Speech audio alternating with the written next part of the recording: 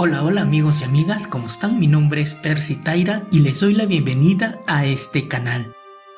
En el episodio de hoy vamos a conocer la increíble y a la vez triste historia de María Pizarro, una joven analfabeta limeña que a finales de 1560 fue acusada de estar poseída por el demonio. Ella fue exorcizada y también investigada durante mucho tiempo por la Santa Inquisición. Lamentablemente falleció en 1573 en las cárceles justamente de esta institución. Doy algunos datos para tomar en cuenta y que se van a mencionar mucho en el relato. Primero, que la Compañía de Jesús llegó a Perú a comienzos de 1568 y la Santa Inquisición se estableció en Lima en 1570. Pues bien, para conocer esta historia les voy a leer párrafos de un artículo titulado Entre ángeles y demonios, María Pizarro y la Inquisición de Lima, 1550-1573, del historiador chileno René Millar Carbacho. Primero, hablemos un poco sobre quién fue María Pizarro.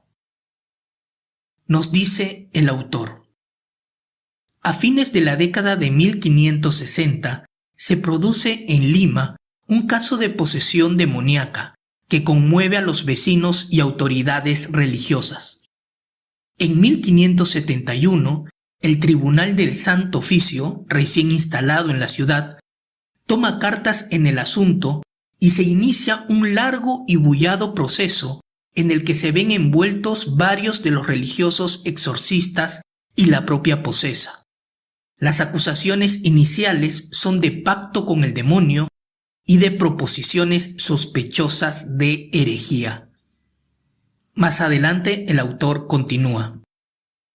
Doña María Pizarro era natural de Lima, hija de Martín Pizarro y Catalina Cermeño, soltera y de 22 años al momento de su detención.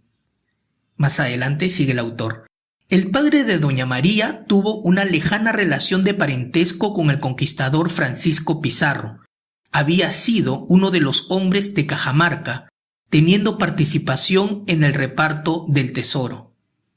No obstante ser analfabeto, alcanzó una posición social destacada, pues fue encomendero de Huamantanga y alguacil mayor y alcalde de Lima en varias oportunidades. Sin embargo, es una persona ausente en la memoria de María, a quien prácticamente no se refiere en el transcurso del proceso, posiblemente por haber muerto siendo ella pequeña.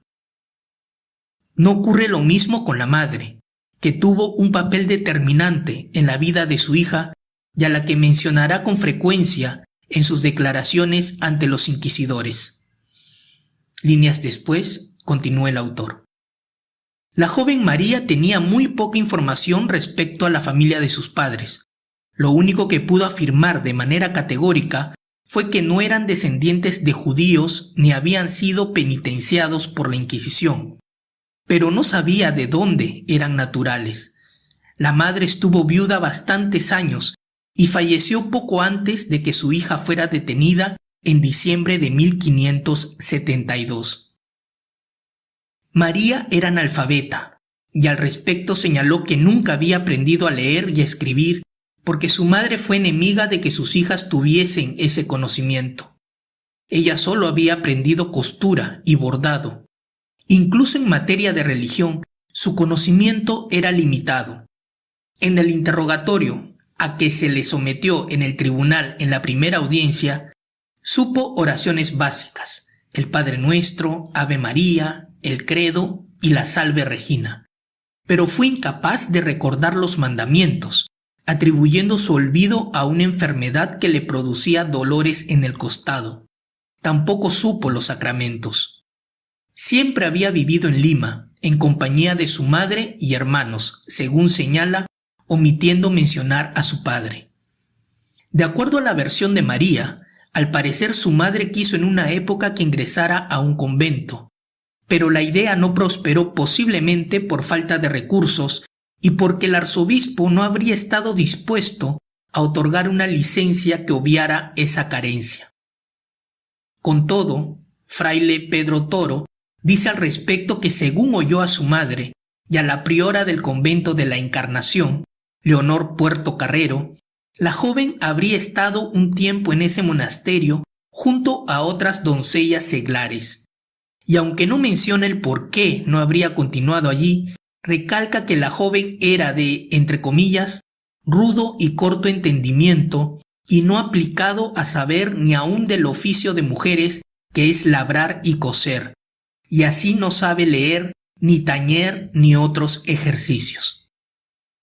Amén de endosarle otro cúmulo de defectos, como el ser mal inclinada, impaciente, presuntuosa, envidiosa y mentirosa. Por su parte, según uno de sus confesores, la propia María en algún momento había deseado hacerse monja y por lo tanto comprometerse con un voto de castidad y no casarse. Aún más, se habría comprometido secretamente ante Dios de entrar en religión y no contraer matrimonio porque se reconocía, entre comillas, mal sufrida y necesitada de un marido que me lleve la condición, que no podía ser otro que Dios, quien no desechaba a nadie por malo y pecador. El compromiso lo habría efectuado una noche de Navidad, mientras rezaba junto a su madre en la capilla de su padre, en el Templo de la Merced. Pues bien, ahora hablaremos sobre las señales o síntomas que tuvo María de esta supuesta posesión. Esto es lo que nos cuenta el historiador. A los 18 años, a mediados de 1568, estando en casa de su hermana Ana, y mientras su madre se encontraba en Arequipa por negocios familiares, cayó enferma de un, entre comillas, pasmo de cerebro, generado por un lavado de cabeza, al decir de un testigo. Su estado se agravó de tal manera que temieron por su vida, ante lo cual la confesaron, le llevaron el Santísimo Sacramento e incluso le administraron la extrema unción. Como uno de los hermanos de la joven había entrado a la compañía de Jesús, llamaron a la casa a sacerdotes de esa orden para que la asistieran espiritualmente. Por otra parte, a veces en medio de su postración, y sin que hubiera una causa más o menos clara, en forma intempestiva, ponía a reírse de manera estrepitosa y a dar gritos que durante un tiempo fueron interpretados como un frenesí propio de la enfermedad que la quejaba, ante la que los médicos no atinaban a remediar. El provincial de la compañía, que examinó su comportamiento, concluyó que la joven estaba endemoniada. Ese diagnóstico coincidió con un agravamiento de su estado, que se manifestó en una postración que la llevó a dejar de hablar y de comer durante 15 días.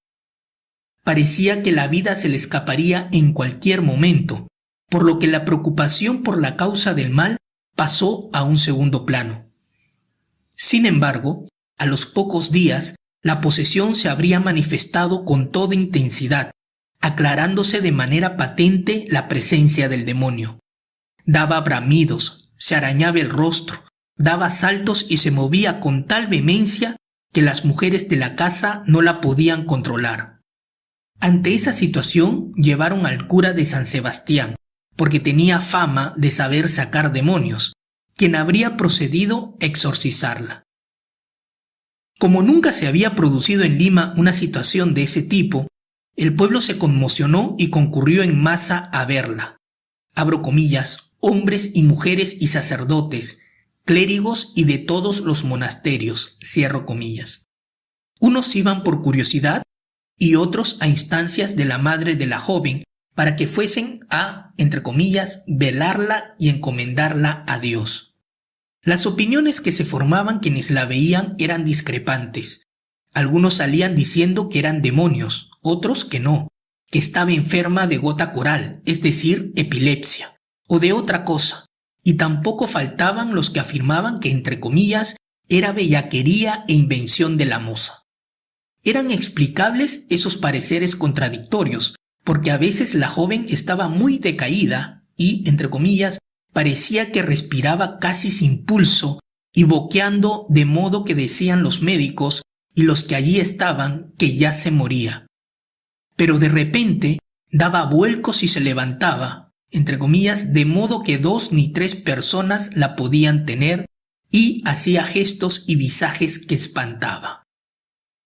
Los religiosos llegaron a la conclusión de que María estaba endemoniada no solo por las extrañas reacciones que tenía, sino porque además les había confidenciado que, estando transitoriamente alojando en casa de su hermano, muy enojada porque su madre la dejó allí mientras se dirigía a Arequipa con su hermana Francisca, entre comillas, se ofreció al demonio, que se le había aparecido bajo una higuera con la apariencia de un joven, entre comillas, que ella quería bien.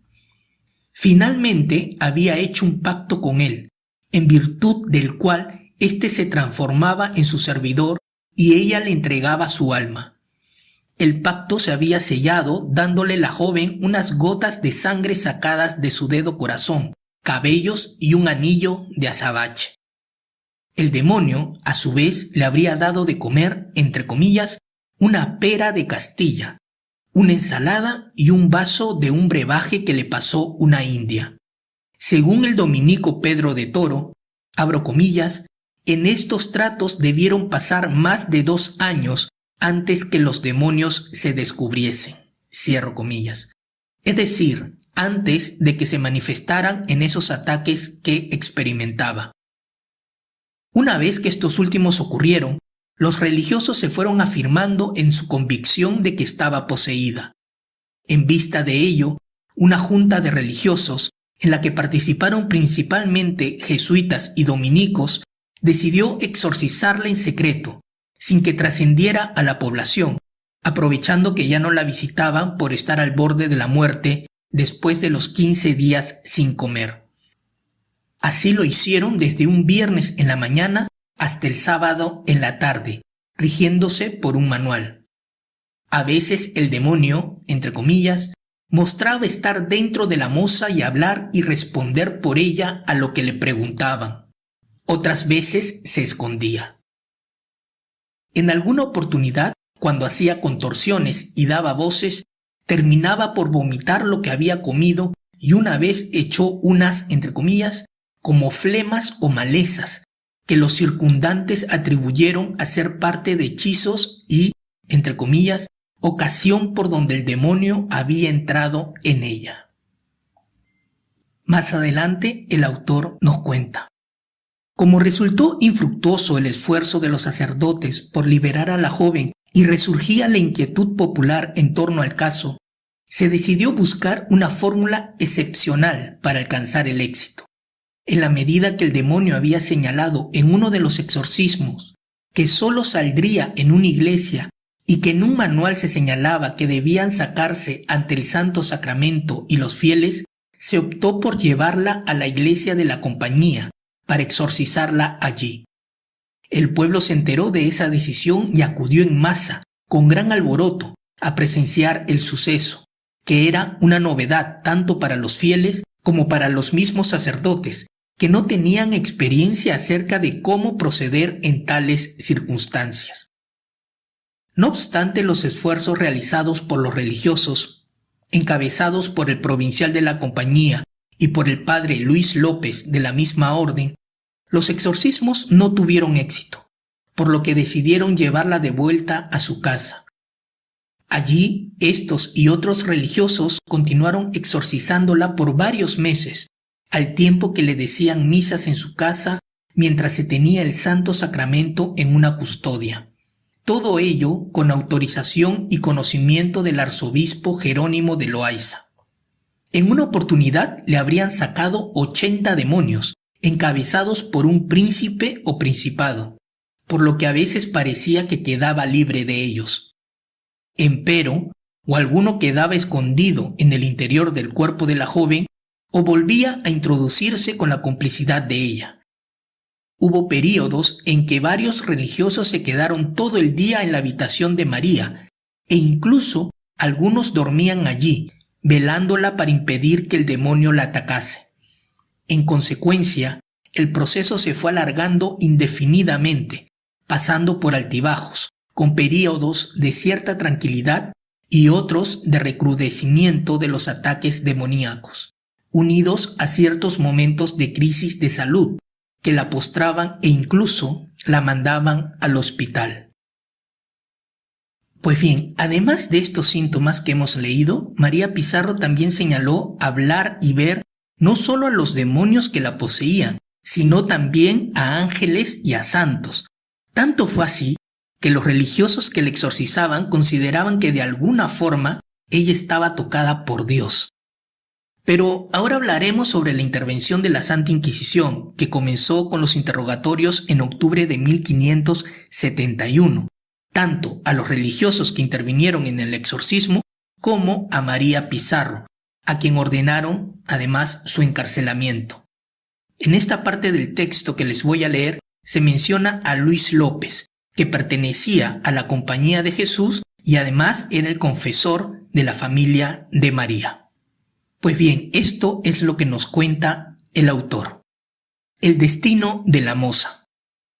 En la cárcel, la joven se mostró bastante colaboradora con los inquisidores, aunque siempre dio como reales las apariciones del demonio y de los santos y por lo tanto se afirmó en la verdad de los diálogos con ellos. También refirió los regalos que le hacían y las preguntas que los religiosos efectuaban a los ángeles. Cuenta que cuando le exorcizaban quedaba sin sentido y luego no se acordaba de lo que los religiosos le habían preguntado.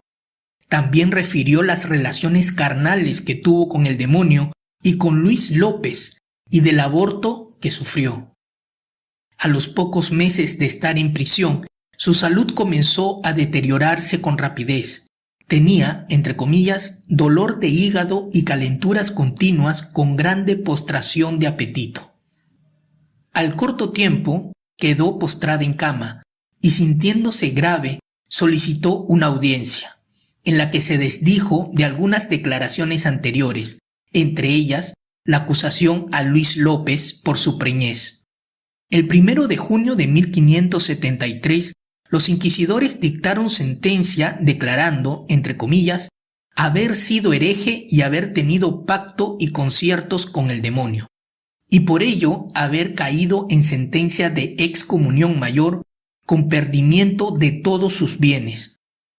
Pero según señalaron los inquisidores, atentos a que en sus confesiones mostró señales de contrición, procedieron con misericordia y la admitieron a reconciliación.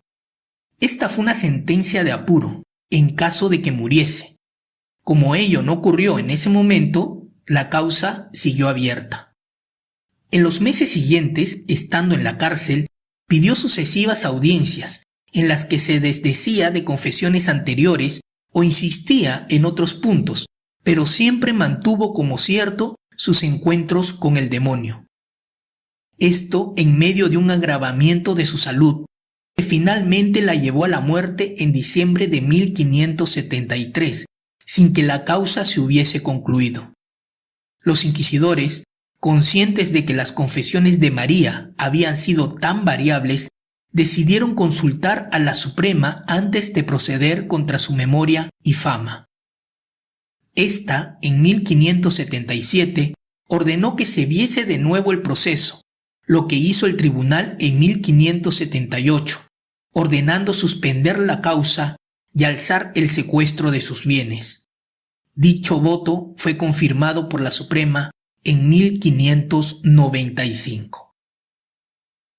Pues bien amigos, ya sabes, si te parece interesante este contenido, solo debes dar me gusta a este video, suscribirte a este canal o si deseas puedes dejarnos un mensaje de apoyo. Así nos motivas a seguir compartiendo esta parte de la historia de los incas y del Perú.